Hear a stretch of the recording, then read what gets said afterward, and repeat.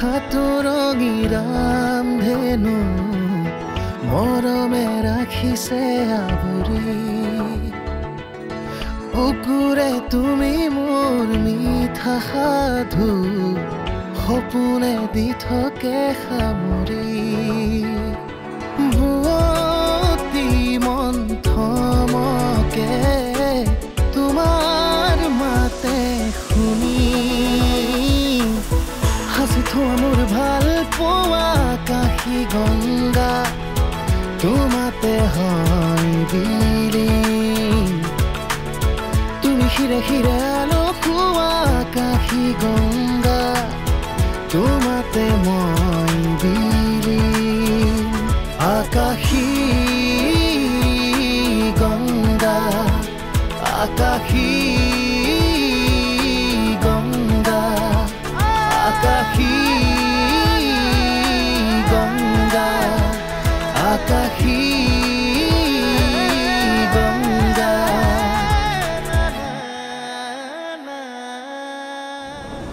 হ'ব দে তোৰ এই জ্ঞানবিলাক বন্ধ কৰ ইমান জ্ঞান দিয়া ভাল নহয় মানি ল'ব নালাগে বৰ তই আজি কিন্তু এদিন নহয় এদিন তই নিজেই কবি তই কোৱা কথাবোৰ শুদ্ধ আছে সেই দিনটো যেন কেতিয়াও নাহে ভগৱান মই ইয়াত কেনেকৈ আহিলোঁ হ'ব দিয়াচোন তুমি এইবিলাক ভাবিব নালাগে ডক্টৰে তোমাক ৰিলেক্স হৈ থাকিব দিছে প্ৰণামী মোৰ একো মনত পৰা নাই কিয় বিপদৰ সময়তহে বুজা যায় ঘৰৰ মানুহৰ মূল্য কি মই ভালদৰে বুজি পাইছোঁ এতিয়াহে পৰিয়ালৰ মূল্য কি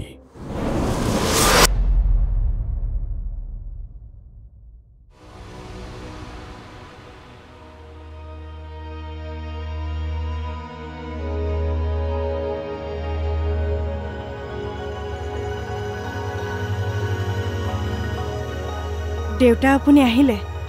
আপুনি বহক মই আপোনাৰ কাৰণে পানী গিলাচ লৈ আহোঁ ৰ'বাচোন শুনা শুনা কাইলৈ অংগদক ঘৰলৈ আনিম ৰণদীপ আজি ৰাতি আহিব আমি গোটেইখিনি একেলগে মিলি ভালকৈ এসাঁজ খাম বুলি ভাবিছোঁ কি লাগে কি নালাগে এখন তুমি লিষ্ট কৰা মই কাৰোবাক পঠিয়াই পেলাই গোটেইখিনি অনাই দিম তোমাক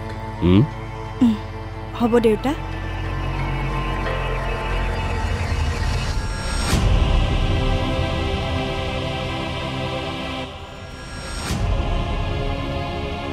ভুলৰ সংশোধন কৰিছোৱে যেতিয়া আৰু কিছুমান ভুল আছে যিবোৰৰ সংশোধনৰ সময় আহি গ'ল বহুত হ'ল এইখন ঘৰত মই তোমাক আৰু এটা দিনো সহ্য নকৰোঁ ইনাফ ইজ ইনাফ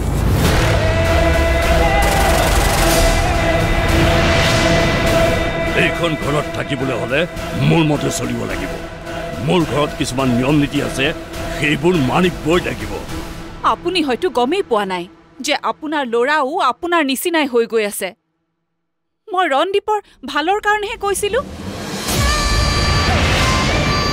ৰণদীপক লক্ষ্য কৰিছেনে আপুনি এই বয়সতে সি কিমান বেয়া কাম কৰিবলৈ লৈছে পিস্তল হাতত তুলি লৈছে আৰু এই সকলোবোৰ আপোনাৰ কাৰণেই হৈছে ৰণদীপৰ লগত আপুনি যি কৰিলে কৰিলে মই কিন্তু মোৰ সৰু ল'ৰা অভিমন্যুক তেনেকুৱা নকৰোঁ তাহাক মই ৰণদীপ হ'বলৈ নিদিওঁ তেনেহ'লে তোমাক কোনে বান্ধি থৈছে লৈ যোৱা তাক ৰণদীপৰ কাৰণে মই আছোঁ নহয়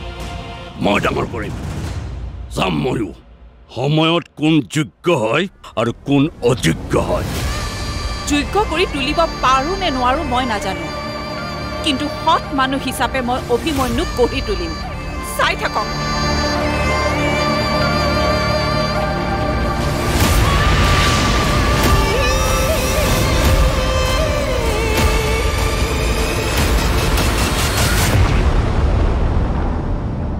ছাৰ মোক মাতিছিলে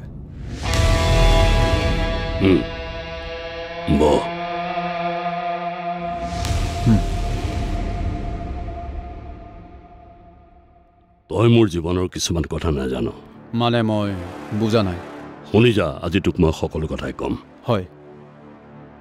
মোৰ জীৱনত এতিয়া যদি আটাইতকৈ কোনোবা বিশ্বাসী আছে সেইজন তই আপুনি চিন্তা নকৰিব মই আপোনাৰ বিশ্বাসৰ যোগ্য কাৰণ মই আপোনাৰ কাৰণে নিজৰ জীৱন দিব পাৰোঁ আৰু ল'বও পাৰোঁ শুন মোৰ দুজনী পত্নী প্ৰথমজনী ঢুকাইছে তাইৰ সন্তান অংগদ আৰু গংগা আৰু দ্বিতীয়জনী পত্নী অম্বা যি এতিয়াও জীয়াই আছে আজিৰ পৰা 12 বছৰ আগতে আমাৰ বিবাহ বিচ্ছেদ হৈছিল এই 12 বছৰ আমি লগেই পোৱা নাই কিন্তু মই মাজে মাজে খবৰ পাওঁ মোৰ আৰু এটা সন্তান আছে সি ৰন্দীপৰ ভায়েক অভিমন্যু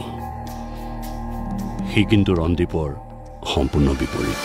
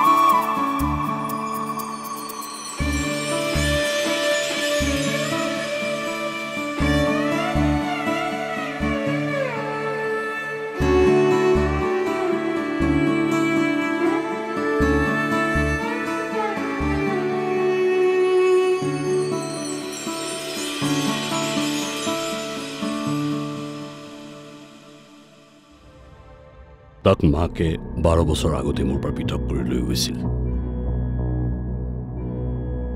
তই মোক সিহঁতক বিচাৰি দে ক'ত আছে খবৰ কৰি দে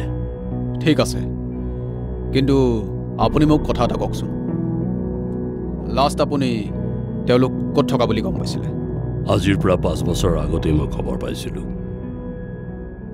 তেতিয়াৰ এড্ৰেছটো বাৰু মই তোক এতিয়াই দিম এনে আপোনাৰ বেয়া সময় চলি আছে মোৰ নহয় ৰঘুনাথ চহৰীয়াৰ প্ৰথমতে ডাঙৰ ল'ৰাৰ ওপৰত আক্ৰমণ হ'ল ইমানে আঘাত পালে যে সকলো কথা পাহৰি থাকিল এতিয়া নাতি দুজনী আহি ঘৰ সোমাইছিলে মাত্ৰ আজি সিহঁতৰো এক্সিডেণ্ট হ'ব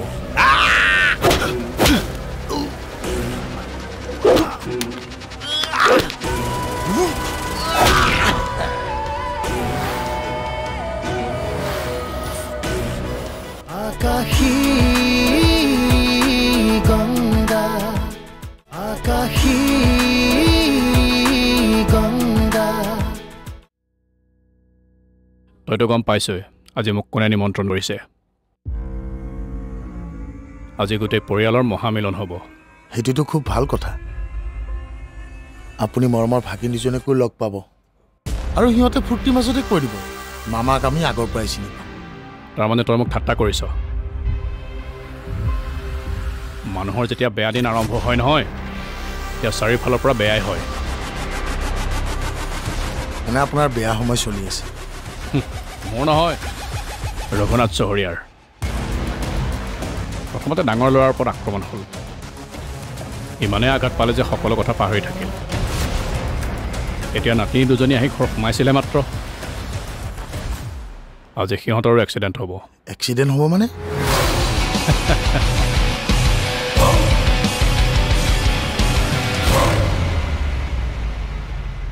জেগাটো ইমান নিৰল কিবা ভয় ভয় লাগিছে বা হেই এই দিন দুপৰীয়া কিহৰ ভয় একো নহয় নাজানো কিবা ভাল লগা নাই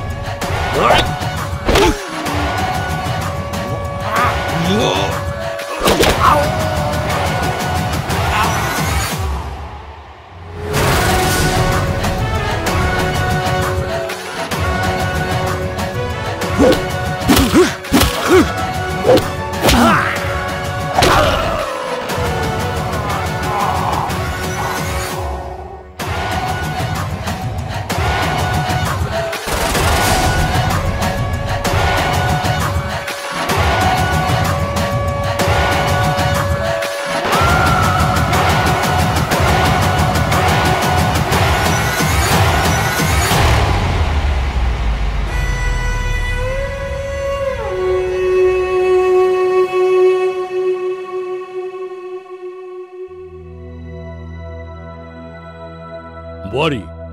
বোৱাৰী কি দেউতা ইহঁত দুজনী ক'ত দেখা নাই যে দুয়োজনীয়ে নাই নাই মানে ওলাই গৈছে অলপ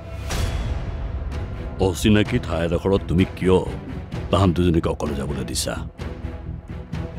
নহয় মানে দেউতা ঘৰত থাকি আমনি লগা বুলি ক'লে সেইবাবে ৰ'বা ৰ'বা মই বিচাৰি যাওঁ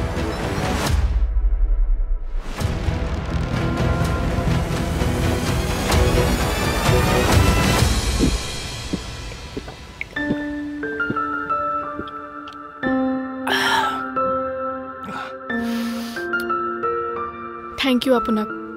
আজি আপুনি নোহোৱা হ'লে আমাৰ দুজনীৰ কি হ'ল হয় ঠিক নাছিল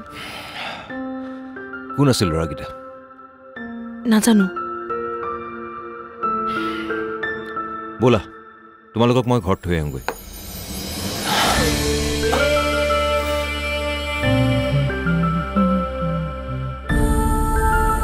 বল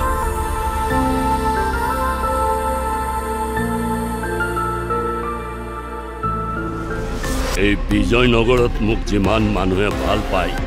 সিমানে বেয়াও পায় সিহঁতৰ যদি কিবা হয় নহয় তহঁতকেইটাক মই জীয়াই নাৰাখিম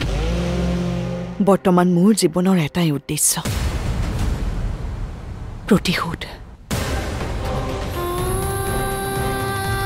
আমি আৰু দেৰি নকৰোঁ নহ'লে ৰন্দীপে কেতিয়া কি কৰে একো ঠিক নাই আকাশী গংগা আকাশী গংগা What the hell? সিহঁত দুজনী যে অকলে ওলাই গ'ল তহঁতি মোক জনোৱা নাছিলি কিয় এই বিজয়নগৰত মোক যিমান মানুহে ভাল পায় সিমানে বেয়াও পায় সিহঁতৰ যদি কিবা হয় নহয় তহঁতকেইটাক মই জীয়াই নাৰাখিম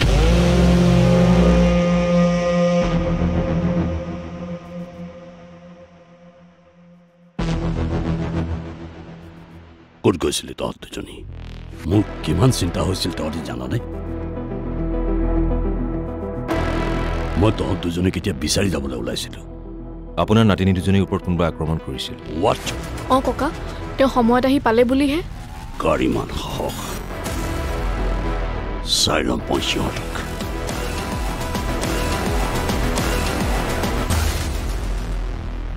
থেংক ইউ য়াং মেন তুমি কোন মইতো চিনি নাপাওঁ তুমি আমাক বহুত উপকাৰ কৰিলা চিন্তা নকৰিবি মই তহঁতৰ লগত আছো আজিৰ পিছত এনেকুৱা কেতিয়াও নহয় ঠিক আছে মই এতিয়া গৈ থাকোঁ ৰ'বা চাহ খাই যাবা নাই নালাগে দিয়ক মোৰ কাম এটা আছে দেৰি হৈ যাব এক মিনিট য়াং মেন এয়া লোৱা থেংক ইউ কিন্তু এয়া মই গ্ৰহণ কৰিব নোৱাৰিম আৰে থোৱা ডেকা ল'ৰা কামত আহিব কাম অন মেন লোৱা চৰি বিনা কষ্টৰ পইচা মোক নালাগে আহোঁ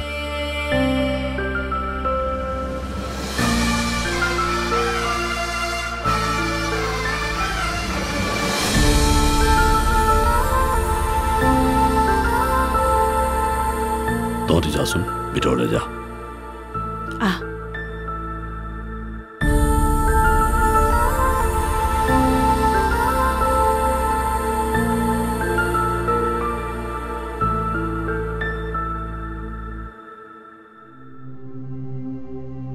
ৰণদীপে আমাক ইয়াতো বিচাৰা নাই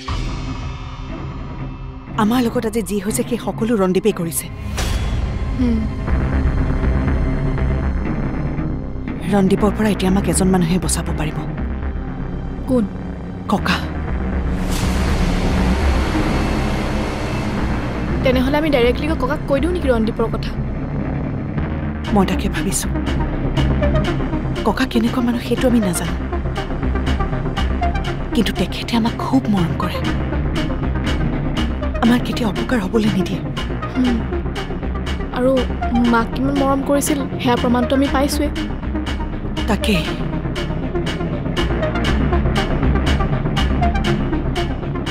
মুঠতে ইয়ালৈ আমি এনেই অহা নাই যেনেকেই নহওক নিহালৰ প্ৰতিশোধ মই ল'মেই আৰু দেউতাৰ মই পাহৰা নাই নিদি আৰু মই এইটোও জানো যে দেউতাৰ মৃত্যুটো এই ৰণদীপৰে হাত আছে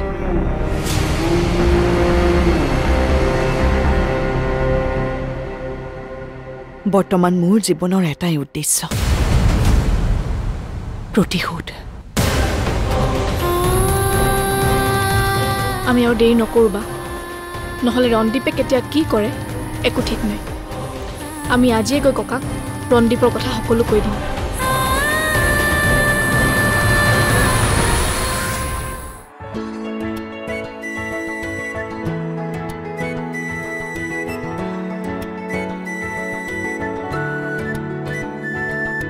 তুমি কবিতা ৰাতি শব্দৰে জোনাকী তুমি সুৰৰে ৰাগী স্বৰ্গমৰে ৰদালি বুৱতী মন্থমকে তোমাৰ মাতে শুনি হাসি থোৱা মোৰ ভাল পোৱা কাশী গংগা তোমাতে মই বিলীন আকাশী গংগা আকাশী